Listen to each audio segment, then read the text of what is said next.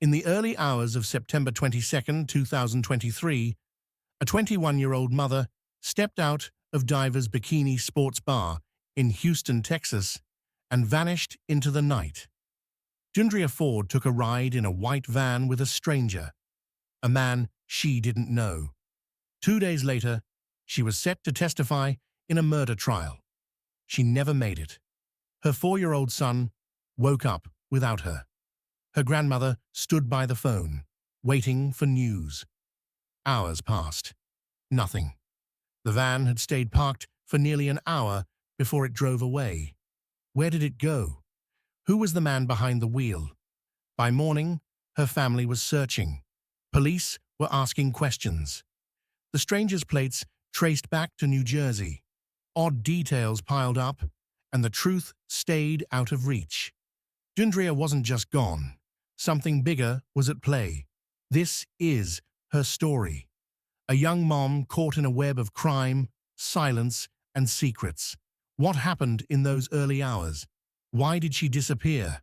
Stick around as we piece together the clues and face the answers that shook Houston. Dundria Ford was a 21-year-old mom raising her 4-year-old son in Houston, Texas. She worked late shifts at Diver's Bikini Sports Bar to pay the bills. On September 22, 2023, she finished her shift just before 1 a.m. and walked into the parking lot. A man was there. Average build, quiet, unremarkable. She got into his white van. That was it. She vanished. 2 days later, she was due in court.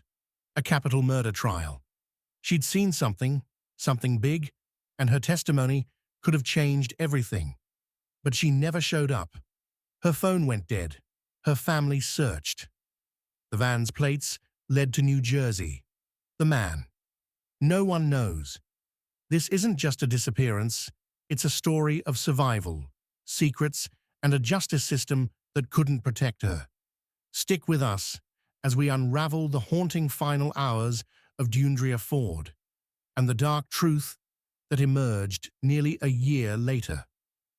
Dundria Ford had a rhythm. Wake up at dawn, kiss her son's forehead, head to work. By 21, she'd traded fast food aprons for a spot at Diver's Bikini Sports Bar. Cash flowed faster there. She'd sling drinks, flash a smile, pocket tips. Nights stretched late, but her son's future kept her sharp. Her uncle, Kevin, noticed a shift. She'd come home wired, eyes bright, talking about new friends. "They're good people," she'd say, tossing her bag on the couch. He'd nod, but something stuck in his chest. The bar crowd was loud, rough around the edges. Dundria fit in too well. She started staying out longer. A quick text, grabbing food with the crew, turned into hours. Her grandmother, Bridget, paced the kitchen. "You're a mom, Dundria. Come home." She'd laugh it off. "I'm fine, Nana. I've got this." September 21, 2023. Last day anyone saw her alive. She clocked out at 1 a.m., same as always. Bar lights flickered off. She stepped into the lot, phone in hand. A co-worker waved, "See you tomorrow." Dundria waved back. Then, nothing. Her phone pinged one last time. A text to Kevin, "Be home soon." He waited. Porch light glowed. Clock ticked past 2 a.m., past 3. He called, straight to voicemail. Her son slept down the hall, unaware. Morning broke. Her bed stayed empty. Bridget clutched her coffee, staring at the door. Kevin hit redial, over and over. Where was she? Who was she with? The rhythm stopped. Silence took over. Dundria Ford stepped out of Diver's Bikini Sports Bar at 1 a.m. The night was heavy. Humid air, distant thunder. Her sneakers crunched gravel in the empty parking lot. She pulled her jacket tight, phone glowing in her hand. That text, "See you soon," still sat unanswered. She typed back, "On my way." To who? Her car waited under a busted streetlight. Keys jangled as she unlocked it. Headlights flared across the lot, then vanished. Someone else was there. She didn't turn, didn't pause, just climbed in, started the engine. The radio crackled. Static, then silence. She drove off, taillights fading into the dark. 2 miles down the road, her phone buzzed again. A new message. "Look behind you." She glanced at the rearview mirror. Nothing. Just shadows and empty asphalt. Her grip tightened on the wheel. The road stretched on, quiet, too quiet. Then a flicker. Lights in the distance, tailing her. Close, then gone. She turned onto a side street, tires humming. The lights followed. Not a cop, not a friend. Her heart thumped. She pressed the gas. The car behind matched her speed. No plates, no sound, just a shadow on wheels. She reached for her phone. It slipped, clattered to the floor. A gas station glowed ahead. She swung in, tires screeching. The other car slowed, then passed. She exhaled, shaky. Safe, for now. She grabbed her phone from the mat. The screen lit up. 3 missed calls. Unknown number. Then a voicemail. She hit play. Static hissed. A voice cut through. "You can't run." The gas station clerk watched her through the glass. She waved, forced a smile. He didn't wave back. Her tank was half full, but she filled it anyway. Every second dragged. Headlights swept the lot again. Not the same car, or was it? She paid cash, eyes darting. The clerk slid her change slow, staring too long. She peeled out, back to the road. The night swallowed her again. That voicemail replayed in her head. Who knew she was here? Who was chasing her? The answers hid in the dark, and they were closing in. The neon lights of Diver's Bikini Sports Bar flickered in the humid Houston night, casting an eerie glow on the parking lot. It was just before 1 a.m. on September 22nd, 2023. Dundrea Ford had just finished her shift, wiping down the counter, her mind already on home. Then the door creaked open. A man stepped through, his face half hidden in shadow. He wore a plain hoodie and jeans, blending into the crowd, but his eyes, sharp and calculating, locked onto Dundrea. She glanced up, caught off guard. He moved to the bar, casual, unassuming. They talked quietly, his voice low, her responses clipped. CCTV later showed her smiling, maybe flattered, maybe negotiating. Her fingers drummed the counter, betraying a flicker of unease. After a few minutes, she nodded. He gestured toward the door. She hesitated, then grabbed her jacket. Dundrea had done this before, accepted a ride from a stranger after a late shift. It was risky, but she always made it home. Tonight, though, the air felt different, thicker. As she typed a quick text to her friend, "Got a ride? See you soon." Her thumb hovered over the send button, a flicker of doubt crossing her mind. She hit send anyway. They stepped into the parking lot together. The man's hand brushed her arm, just a second too long. She didn't look back. If she had, she might have seen the glint of metal tucked into his waistband, but she didn't. And that was the last time anyone saw Dundrea Ford alive.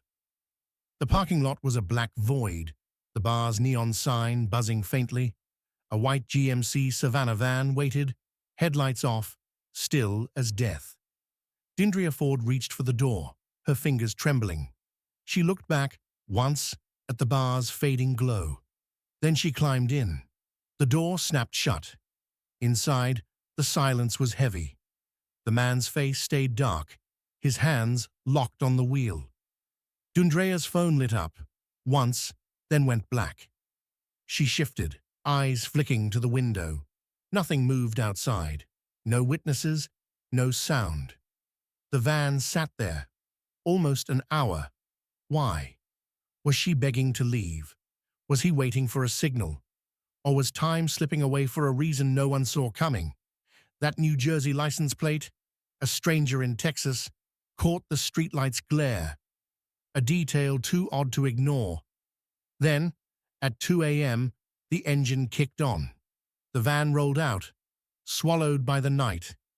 Dundrea was gone. What happened in that hour? The truth could unlock it all. The sun rose over Houston, casting long shadows across Dundrea Ford's quiet street. Her bed was still empty, the sheets untouched. At her grandmother's house, the clock ticked louder with each passing minute. Bridget Carriere dialed Dundrea's number for the 10th time that morning. Voicemail, again. Her fingers trembled as she set the phone down.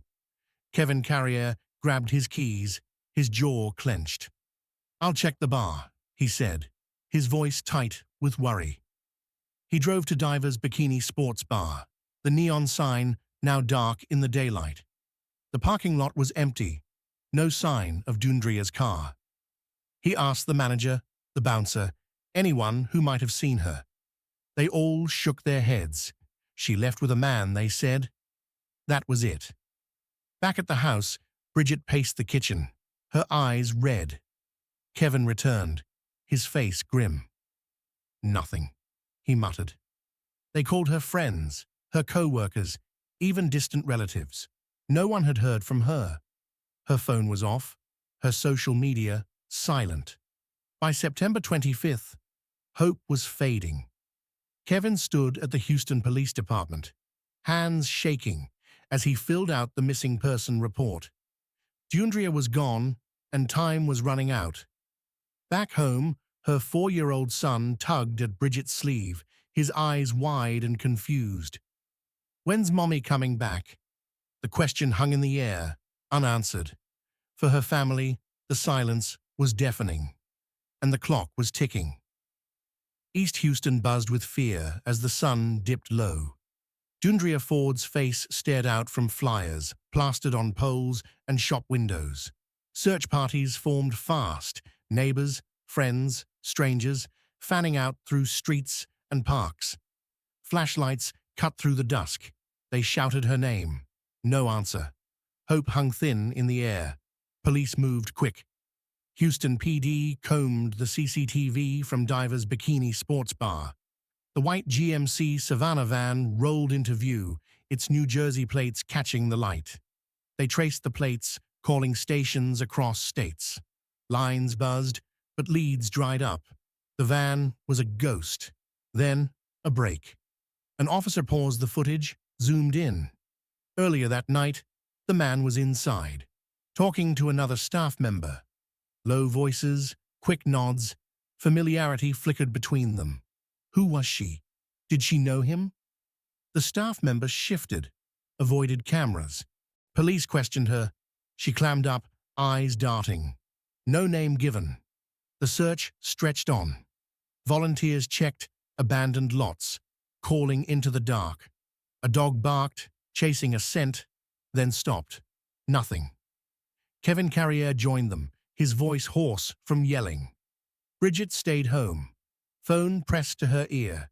Still silent. No suspects emerged. The man's face stayed blurred, his purpose hidden. As hope faded, a chilling connection was about to surface. The clock rewinds to May 18th, 2023, in southeast Houston. A car hums along Selinsky Road, lights low. Dundrea Ford sits in the passenger seat, next to Otis Parker Jr., her nightlife manager. He's driving, counting cash from their latest job. Then, gunshots crack the air. Glass shatters. Otis slumps, blood pooling. Dundrea freezes, heart pounding. The car swerves, crashes. She leaps out, unharmed, running into the night. Police swarm the scene. Otis is dead, one bullet to the chest. A robbery gone wrong, they say. 4 suspects, Jarrell Wheeler, Jamal Brown, Quiana Taylor, Mariah Green, get charged with capital murder. Dundrea saw it all. She's the witness. Her voice could lock them away. Months pass. September 24th, 2023. Looms on the calendar. just 2 days after she vanished. Court papers list her name, her testimony. She's key. The trial hangs on her words. But she's gone. No call, no trace. Then, something shifts. A detective pulls old texts from her phone, found later in her room. One from Quiana, weeks ago. Keep quiet, or else. Another from an unknown number. You talk, you're done. Her family stares at the screen, stunned. Was her disappearance random, or was she a target to keep her quiet? Days blurred after Deundria Ford vanished. Houston PD dug into court records, piecing together her last moves. A text flashed up, sent by Quiana Taylor weeks before. She ain't safe in Houston. The words hit hard. All 4 suspects, Jarrell Wheeler, Jamal Brown, Quiana, and Mariah Green, sat in jail, charged with Otis Parker's murder. Locked up tight. But someone else knew those words. Detectives scrolled further. Another message, no name attached. Stay quiet or pay. Deundria's phone held the proof, found later by her family. Her hands had shaken. As she read it, they said. She kept working, kept living. Why didn't she run? The threats hung over her, heavy and real. Then, a lead. Deundria carried $1,500 that night. Cash from a job with Otis. The robbery targeted that money, police said. She survived, but the cash stayed with her. A motive. Someone wanted it back, or wanted her gone. The suspects were caged, but could a friend, a hired hand, have stepped in? Footage rolled. A figure lingered near her car that week, hood up, face hidden. No match to the jail roster. Who was out there?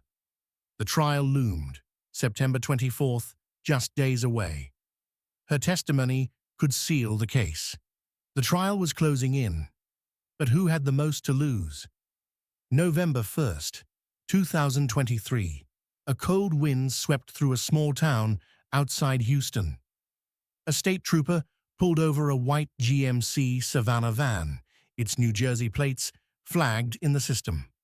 The driver stayed calm, too calm. Police searched the van.